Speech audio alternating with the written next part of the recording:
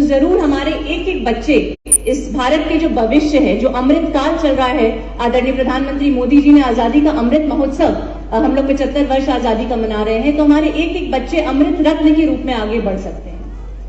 Focus मतलब आप सब समझते हैं कि जो लक्ष्य साध लिया उसी के प्रति आगे बढ़ना है। ये हम सब सुनते आए हैं कि भाई जीवन में फोकस करना चाहिए, फोकस से आगे बढ़ना चाहिए, पर ऐसा क्या होता है कि हम अपने जीवन में फोकस नहीं कर पाते हैं? तो मैंने थोड़ा विश्लेषण किया और मैंने पाया कि फोकस इसलिए नहीं कर पाते क्योंकि डिस्ट्रैक्शन होते हैं, तमाम तरह की चीजें। आज तो हम लोग सोशल मीडिया के युग में जी रहे हैं, हाथ में एक मोबाइल फोन है, उस मोबाइल फोन में आप देखते होंगे स्पेशली जो हमारे टीनेज बच्चे हैं, क्लास 10th 11th 12th का जो एज होता है, वो बहुत तरह की गलत आदतों में भी कई बार फंस जाता है। तो एज गुरुजन, एज अभिभावक, हम लोगों का क्या दायित्व है उन बच्चों को डिस्ट्रैक्शंस या गलत आदतों में फंसने से बचाने के लिए?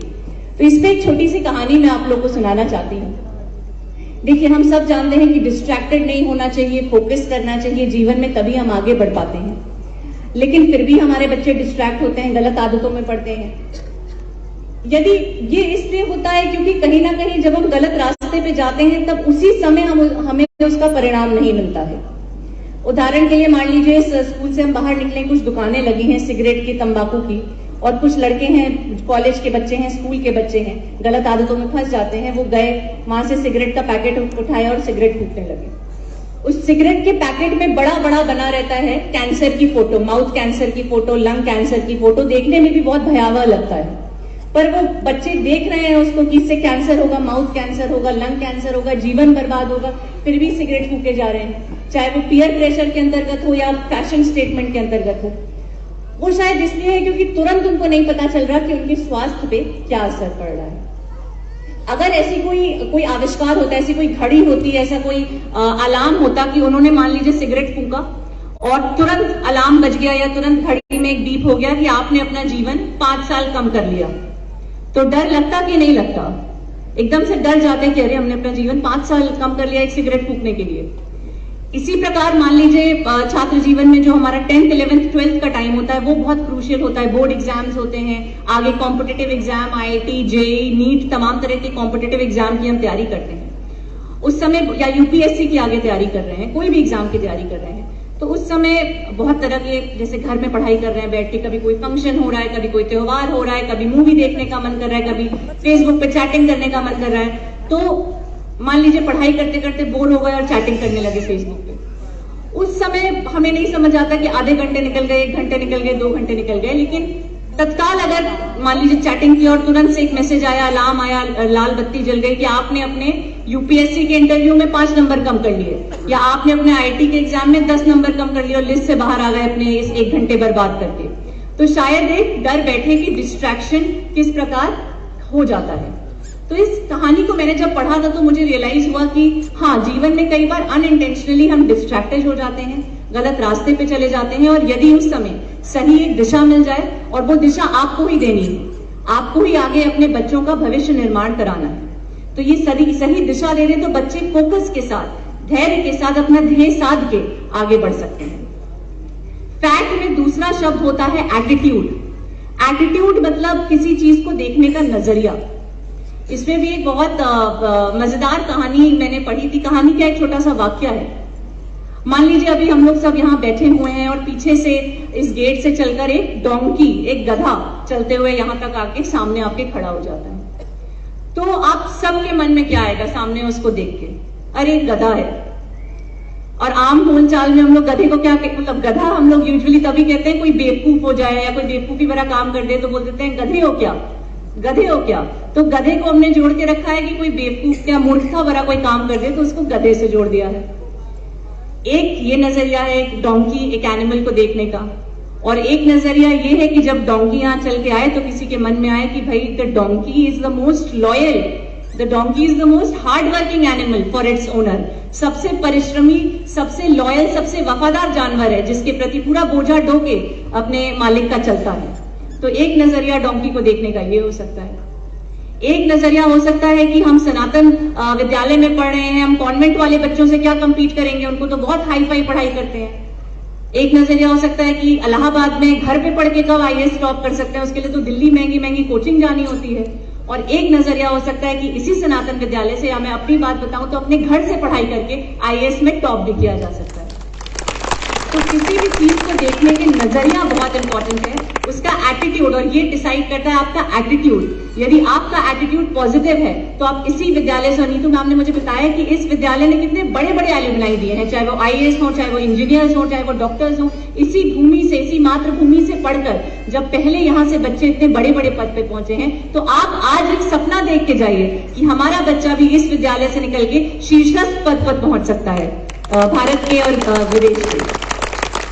सिर्फ आपके एटीट्यूड, आपके पॉजिटिव सकारात्मक नजरिए की जरूरत है। और तीसरा और आखिरी चीज जो फैट फॉर्मूला में मैंने बताई थी वो है थॉट, अर्थात विचार। और विचार सबसे ज्यादा यहां मुझे सार्थक दिख रहा है सनातन विद्यालय में, क्योंकि जिसकी, देखिए आप सब एक माली की तरह हैं। माली का क्या काम होता है?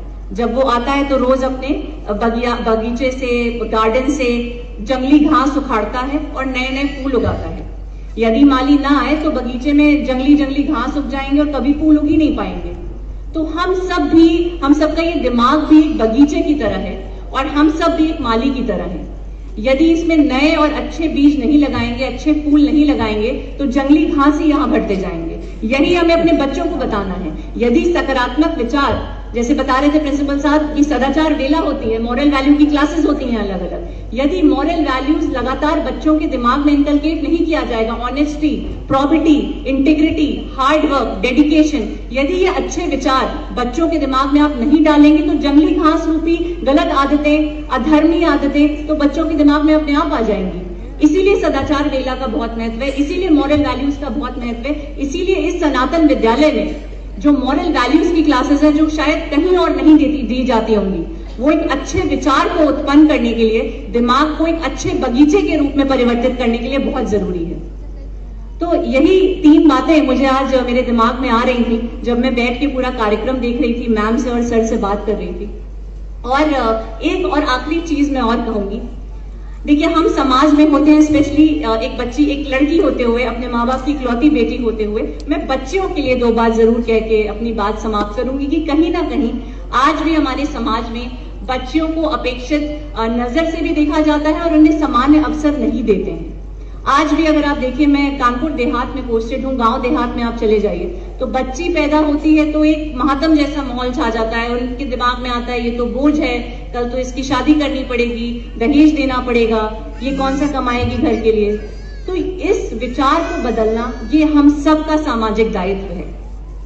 और आप सभी जितने भी अभिभावक हैं, जितने भी बच्चे भी अगर मेरी बात सुन रहे हो, टीचर्स भी, एक बच्चों को जरूर बताइएगा कि नकारात्मक जो इन्फ्लुएंस कई बार हमारे समाज में, हमारे आसपास के लोग भी नकारात्मक तरीके से हम लोग को इम्पैक्ट करते हैं, उनसे बचने की बहुत जरूरत है। एक छोटी सी कहानी मैम मैं इस पे सुनाना चाहूंगी, क्योंकि ये कहानी, ये भी बड़ी रोचक कहानी है। ये मेरी आदत रही थी कि शुरू से ही पढ़ाई को कहानियों के साथ कंबाइन करना। तो ये कहानी है तो काल्पनिक कहानी, लेकिन बहुत कुछ सिखा जाती है। एक बार क्या हो रहा था कि यही आपके इसी कानपुर नगर में विद्यालय के बाहर मेढकों की दौड़ होने वाली थी, मेढकों की दौड़। तो जैसा हर समाज में होता है, कुछ मोटे मोटे मठाधीश मेढक थे, कुछ बेचारे छोटे छोटे कमजोर से मेढक थे। तो जो छोटे कमजोर मेढक थे वो बेचारे दौड़ करना चाहते थे, दौड़ में भाग लेना चाहते थे, लेकिन जो मोटे मठाधीश मेढक थे वो नहीं चाहते थे कि दौड़ हो, कि छोटे क्यों दौड़ेंगे, हम लोग का अपना वर्चस्व बना रहे। तो दौड़ शुरू हुई, छोटे छोटे मेढक दौड़ना शुरू हुए कमजोर से। तो और जितने मोटे मोटे मठाधीश मेढक थे वो बोलने लगे, अरे तुम लोग नहीं दौड़ पाओगे, अरे अभी 4 किलोमीटर दौड़ और बची है, कोई नहीं पहुंच पाएगा आगे तक। तो उनको धीरे धीरे धीरे बोलते गए। छोटे मेढक बेचारे सुन सुन के थक हार के बाहर होते गए। फिर किसी ने देखा कि एक छोटा सा मेढक लंगड़ाते हुए, एकदम कमजोर सा, मरियल सा छोटा सा मेढक लंगड़ाते पहुंच गया और कुएं के ऊपर तक चढ़ गया। सबको बड़ा आश्चर्य हुआ कि सब मेढक तो बाहर हो गए, ये छोटा सा मरियल सा मेढक जो 4 कदम नहीं ना चल पाए, वो 4 किलोमीटर की दौड़ पूरी कर लिया। फिर लोगों ने पूछा ऐसे कैसे हो सकता है भाई? फिर पता चला कि वो छोटा सा मरियल सा मेढक बहरा था, वो कान से सुन ही नहीं सकता था। तो वो जितने भी लोग उसको बोल रहे थे तुम नहीं कर पाओगे, वो कुछ सुन ही नहीं पा रहा था, वो अपना चला जा रहा था और आखिरकार अपने वो गंतव्य स्थल तक पहुंच गया। तो जीवन में कई बार हमारे बच्चों को बहरा होने पड़ेगा उन लोगों के प्रति, उस वातावरण के प्रति जो हमेशा उनको बोलेंगे कि तुम नहीं कर पाओगे, तुम इतनी छोटे गांव देहात से कहां आईएएस बनने का, कलेक्टर बनने का सपना देख रहे हो, तुम इतने छोटे स्कूल से पढ़ के कहां बढ़ने का सपना देख रहे हो। या कई लड़कियों को तुम कहां सपना देख रहे हो कलेक्टर मैडम बनने का, तो लड़कों के लिए है, लड़की कैसे बन जाएगी। तो ये हम सबका सामाजिक दायित्व है कि हमारे बच्चों में एक सकारात्मक ऊर्जा भरना कि जो बच्चा जो चाहे वो कर सकता है। जैसा डॉक्टर एपीजे अब्दुल कलाम ने कहा था, मैंने अपने जीवन में 2 ही लोगों की किताबें ज्यादा पढ़ी हैं, एक स्वामी विवेकानंद जी, उनकी मैंने ऑलमोस्ट हर किताब पढ़ी हुई है अपने कक्षा 9वीं और 10वीं में, और डॉक्टर एपीजे अब्दुल कलाम। और उन दोनों की जीवनियों से, उनकी दोनों की ऑटोबायोग्राफी से मैंने यही सीखा है, जैसे डॉक्टर कलाम कहते थे कि a dream is not what you see in your sleep, a dream is what does not let you sleep. सपना वो नहीं है जो आप सोते वक्त रात में देखते हैं, सपना वो है जो आपको कभी सोने ही नहीं देता है। तो जब उस जुनून के साथ, उस ताकत के साथ हमारे बच्चे आगे बढ़ेंगे, आप लोगों का सपोर्ट रहेगा, मोटिवेशन रहेगा, इतना सुंदर शैक्षणिक वातावरण मिलेगा, तो जरूर हर बच्चा आगे तक पहुंच पाएगा। और जैसा कहते हैं कि वो खुद राह चुनते हैं आसमानों की, परिंदों को नहीं दी जाती तालीम उड़ानों की, और जो रखते हैं हौसला आसमान छूने का, उन्हें नहीं परवाह होती गिर जाने की। बहुत बहुत धन्यवाद।